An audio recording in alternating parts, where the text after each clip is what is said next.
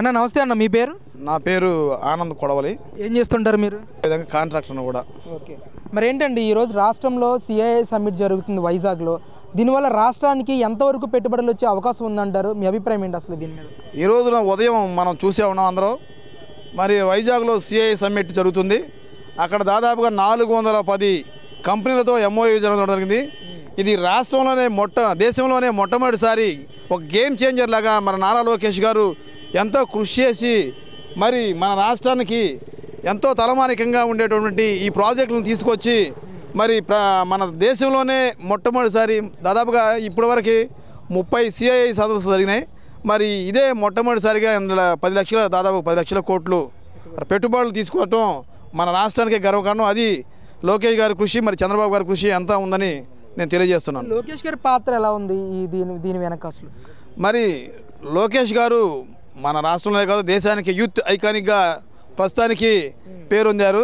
మరి వారు రాబోయే తరాలను గుర్తుంచుకుని విజనరీ లీడర్గా రాష్ట్రంలో ఉన్నటువంటి యువతకి ఉద్యోగ ఉపాధి కల్పించాలనే సదుద్దేశంతో మరి ఇతర దేశాలకు పోయి పండగ వేళలైనా సరే తన ఫ్యామిలీతో గడపకుండా రాష్ట్ర ప్రజల భవిష్యత్తు కోసం, మరి ముఖ్యంగా యువత భవిష్యత్తు కోసం మరి ఇతర దేశాలు పోయి పెట్టుబడుల ఆకర్షణలో ముఖ్య పాత్ర పోషించి ఆ విధంగా ఎన్నో రకాల పెట్టుబడులను తీసుకొచ్చి రాష్ట్రానికే తలమానికంగా ఉన్నటువంటి ఈ సిఐఐ సమ్మిట్లో దాదాపు 10 లక్షల కోట్లు ఇప్పుడు దేశంలో ఇంతవరకు ఎప్పుడే జరగనటువంటి సిఐఐ సమ్మిట్గా దీన్ని పేర్కొనవచ్చు.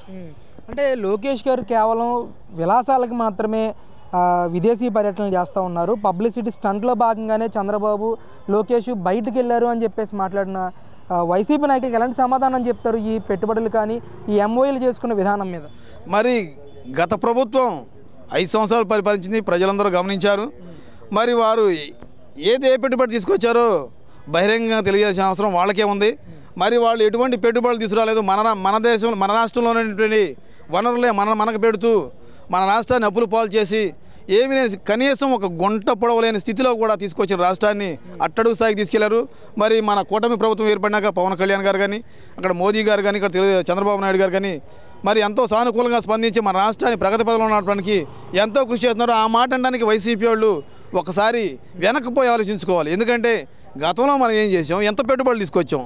ఒక సిఐఐ సమ్మిట్లో 10 లక్షల కోట్లు అంటే దాదాపుగా 3 సార్లు బడ్జెట్. అది మన రాష్ట్రానికి 3 సంవత్సరాల బడ్జెట్ మామూలు విషయం కాదు. ప్రజలందరూ దీన్ని గమనిస్తున్నారు. నువ్వేదో బురద జలితే జనం ఈరోజు దాన్ని నమ్మి నీకు ఓట్లు వేసే పరిస్థితులు లేరు.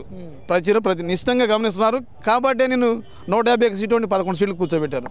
అది గమనించండి. అసలు ముఖ్యంగా నారా లోకేష్ గారు పారిశ్రామికవేత్తలతో మాట్లాడే విధానం, ఆయన లోకేష్ గారు ఇంగ్లీష్ యాక్సెంట్ కానీ ఎలా ఉందండి? అసలు ఎలా అనిపించింది ఆ వీడియోలు? మరి మన లోకేష్ గారు స్టాన్ఫోర్డ్ యూనివర్సిటీలో చదువుకున్నారు.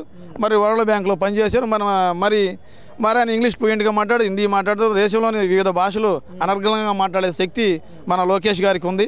అందరూ గమనిస్తూ ఉన్నారు.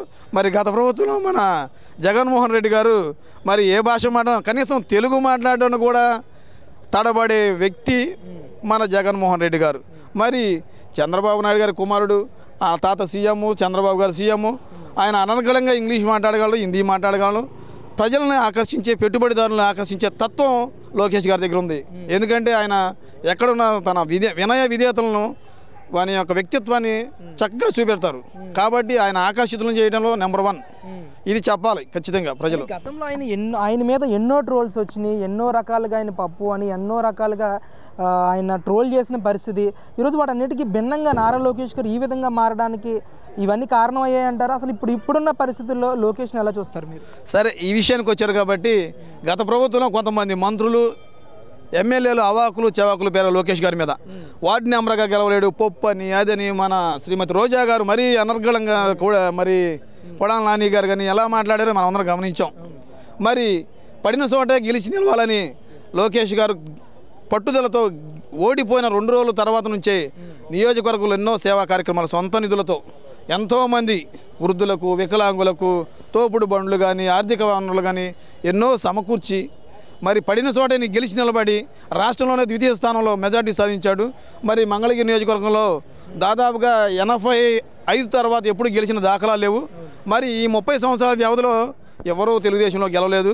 కానీ పడిన చోట ఓడిపోయి నవ్విన చోటే గెలవాలని గట్టి పట్టుదలతో పనిచేశారు, విజయం సాధించారు. రాష్ట్రంలోనే మంచి స్థితిలో తీసుకొచ్చారు మంగళగిరిని. ఇప్పుడు ఎలా ఉందండి అసలు మీ మంగళగిరిలో ఎలాంటి మార్పు మీరు గమనించారు లోకేష్ గారు ఎమ్మెల్యేగా అయిన తర్వాత? ఏంటి అసలు ప్రజలకు అందుబాటులో ఉంటున్నారా? ముఖ్యంగా ప్రతి నిమిషం ప్రజల కోసం పనిచేసే వ్యక్తి మానా లోకేష్ గారు. ఎందుకంటే ఆయన రాష్ట్రం మొత్తానికి మంత్రి అయినా సరే, ఆయన వివిధ కార్యక్రమాల్లో తిరిగినా సరే, ఇక్కడ తన అనుచరులతో ఎప్పటికప్పుడు ప్రతి గ్రామంలో ఏ గ్రామం పోయినా చూడండి, ఇప్పుడే ఓపెన్ సవాల్, ఏ గ్రామం పోయి చూడండి ప్రతి చోట అభివృద్ధి జరుగుతూనే ఉంది. స్కూలు కానీ, బడి కానీ, గుడి కానీ, రోడ్డు కానీ, చెరువులు కానీ, చెరువు పొడి కానీ, కాలువలు కానీ, ఇరిగేషన్ డిపార్ట్మెంట్, ఎనీథింగ్ ఎక్కడికి వెళ్ళినా చూసుకోమనండి మంగళగిరికి వచ్చి.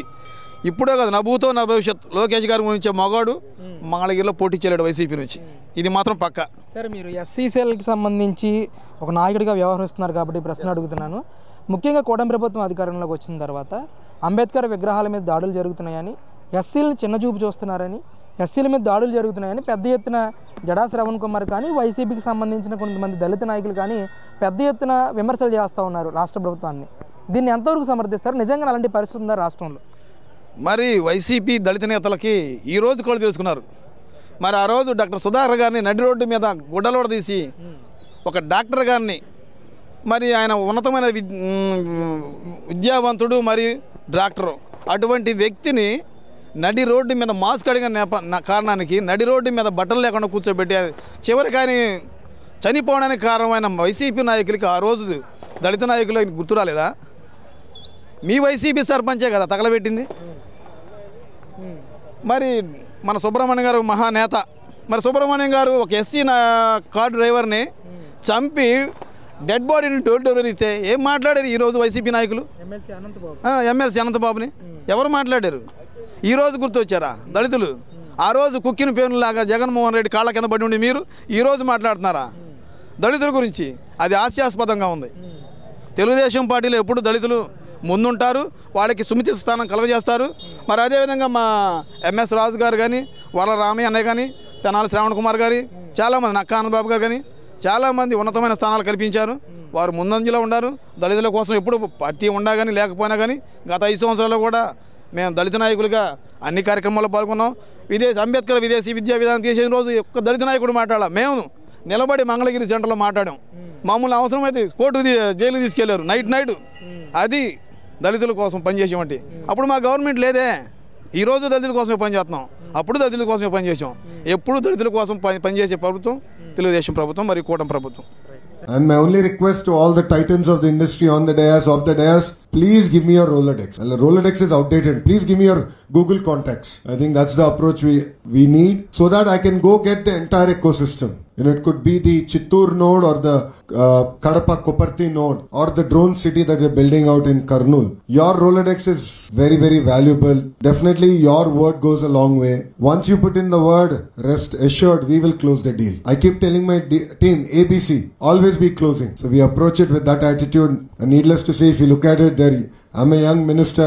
I'm supported by a very young IAS officer, and we are here to only deliver. And our vision is very clear. My chief minister's vision is very clear. We have to attract $1 trillion worth of investment across sectors to the great state of Andhra Pradesh. And I believe the journey has just started. And with your support, we can make it happen. We can make Andhra Pradesh proud, and we can make India proud.